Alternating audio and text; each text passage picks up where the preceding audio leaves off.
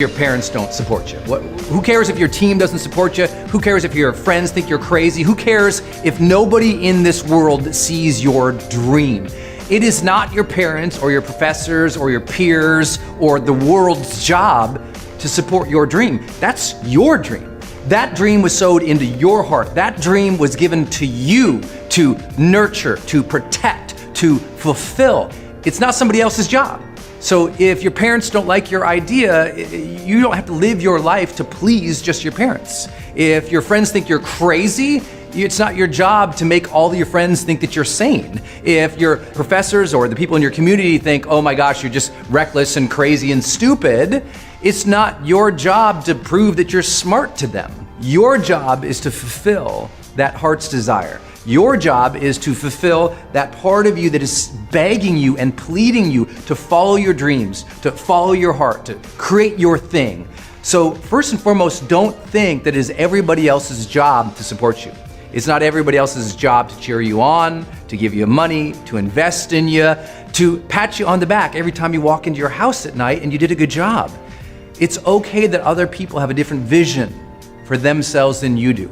Just like you don't need to judge other people because you don't like their dreams, their desires, or the way they live their life or do their 9 to 5, then you shouldn't worry if they judge yours. And that's the first thing I always tell people is it is not other people's responsibilities to support you or to believe in you. And I know that. You know, when I wrote my first book, no one believed me. I quit my 9 to 5 job and everyone goes, well, you're so crazy to quit this job. Who are you to be a writer? You're a dumb kid. And it's true, who was I to be a writer? But I didn't worry what other people thought or if their judgment was approval for me to go ahead. In my heart, I knew I wanted to write. I wanted to create. And that desire was what I listened to, not other people's judgments or opinions. And remember, most other people's opinions are completely uninformed opinions about you. So I say, first and foremost, own your dream. It's yours, your job to cultivate. It's okay if nobody else believes you. You got to let go of those things that upset you 3 years ago, 5 years ago, 10 years ago. If you're an adult and you're still angry and pissed about things that happened to you in high school, you need a therapist. And I say that with all sincerity and all respect. If you're having mental thoughts that are coming from a place that are literally based 5, 10, 20 years ago that you just didn't deal with yet, you need help dealing with it. And you need to get yourself a meditation practice or a therapist or into some kind of way that you're on a consistent basis letting things go. Here's what I do. Every Sunday I go, okay, what was I pissed about this last week? What really bothered me? Okay, I gotta let that go. Because you can't keep charging into the next week angry from last week. You gotta let it go. You gotta find a clean slate for yourself so that your soul can expand and can be positive and can be ambitious and motivated and serving the next week. Because listen, anger after anger after anger, hatred after hatred after hatred, criticism after criticism after criticism, rejection after rejection after rejection, outrage after outrage after outrage, it weighs you down. So you've gotta change how much of that you're taking in. And you've got to make sure every single week you're doing some kind of like mental detox to let that stuff go. And instead of cultivating the anger, cultivate the gratitude, cultivate the enthusiasm, and you can change your life. In terms of clarity, what is that habit that you take on a daily or monthly basis with clarity? What do you think about? You're like, every morning, what am I clear about? Or, how do you apply that habit to your life? I apply it in a couple ways. First, for me, every situation I go into, I'm consistently asking, like, what's the feeling I want to have here? If you ever see me teach, it's often, I always say, bring the joy. So I have joy triggers that I've set up in my mind that makes me more intentional about things. So, for example, I have a door frame trigger. Whenever I walk through a door, I say, bring the joy. So when I walk through that door right there, it's like, bring the joy into this room. It's just a mental trigger that I've set up for myself. Every morning, in the shower, I ask myself 3 questions. And not that I shower every morning, but the ones I do. The first question I say, what can I be excited about today? So it forces me to be clear about what's going to draw joy, enthusiasm from me. Number 2, I say, what might trip me up today? Because usually I know what's going on in the day. I'm like, what might mess me up? Where I might not perform well? What might bother me? And number 3, I say, what can I do to surprise somebody today? to give a gift of appreciation or acknowledgement today. And so I think through that in the morning. So I think that helps me begin my day pretty clear. Then when I sit down before I do work, I literally look at my calendar of the day. I did this morning. And I look at whatever's going on in the day and I think about it for 20 minutes.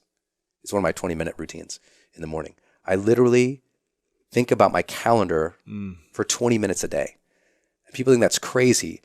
But what I'm thinking through when I'm looking at the calendar, I'm like, okay, I'm going to have that call. What do I want to happen on that call? You know, what's my intention for that call? What's my goal for that call? What's the feeling for that call? How do I want to end that call? Mm-hmm. You know, I'm going to have that time with Lewis. Like, how do I want to be there and how can I make sure I enjoy it? Because it's a big deal. You know, I love your show. I want to do a good job. I want to share something good for the people, even though I have no idea what you're going to ask. Right. In this, I want to be present for that and make sure I'm really there, even though maybe I have a head cold today. You know, it's like it's like just thinking through it. I think that helps me. It keeps me asking questions. Every Sunday, I do a life arenas assessment. That just means I think there's 10 areas of our life, and I score myself in them. Mm-hmm. And this is about my 11th year of doing this. Wow. So each area of my life, you know, from emotional quality to happiness to relationships to time to hobby, etc. I just give myself a score of 1 to 10. And 1 means I suck, and I was horrible in the previous week on that. 10 means I did a good job. And then I ask, how can I do better? Mm-hmm. It's my Sunday routine. Yeah. And it just keeps me clear. And it's not like I don't sometimes, like everyone else, you know, wonder what's going on or what I'm doing. But those habits, those were my habits. You have to establish your own for seeking clarity. Right. But when you have them, First lesson today in about sort of having patience for your dream is you have to work on it every single day for at least 30 minutes, or don't fool yourself that it's going to happen. You know, we all hope that one day we'll get a bunch of free weekends or a month off or 3 months off, and that's when we'll finally start working towards our thing. You got to do it every day. Whether that means you research every day, you read every day, you study every day, you take a course every day, or you actually create everything on that thing every day. You're just working at it. Book authors, they write every day. Not all of them, but a lot of the greats wrote every single day, right? And it's just forcing ourselves to really be in the game. Now, not everybody writes every day. Not everyone needs to create every day. Some people can just have a marvelous 18 days and they've written the greatest book of all time, but that rarely happens. It rarely happens. And those folks tend to be like masters or savants or geniuses. Regular folks, myself included, I got to work every day towards my dreams. Every day I honed in something about this. And if you didn't know something about me, I do everything in this business, right? I'm shooting this video right now, but I mean, I picked the materials for this thing. I chose the fonts. I designed all the pages. I mean, I wrote the back cover, the front cover, the inside stuff. It's like I do the projects of my dreams. And that's what keeps me creatively fired up and engaged, you know? You want to know how you become unstoppable? You learn that the energy you have is not an accident. And you learn that the energy you have isn't even the way it works. I always use this metaphor. The power plant doesn't have energy. It generates energy. The power plant doesn't have energy. It generates energy. What does that mean? Well, what a power plant does is it draws energy from one resource and it transforms it to a higher utilization of energy and then transmits it to the world. You have that same opportunity. You don't have to wait for happiness to arrive one day. You don't have to wait for good energy to arrive one day. You can architect that into your mind and into your body. You don't have to hope one day to feel more joyous. You learn to bring the joy.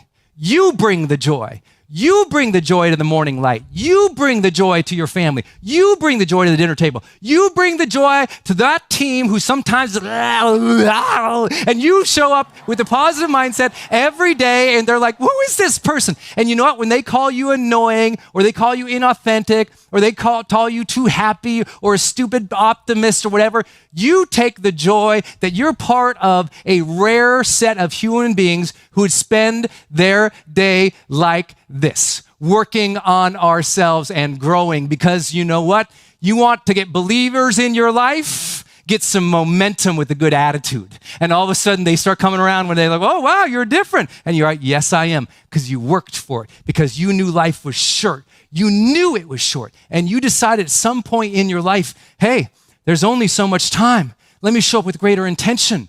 Let me deal with these struggles just head on. You can do this courageously. And you decide to bring the joy because life is short. And like me, I hope you want to earn this life.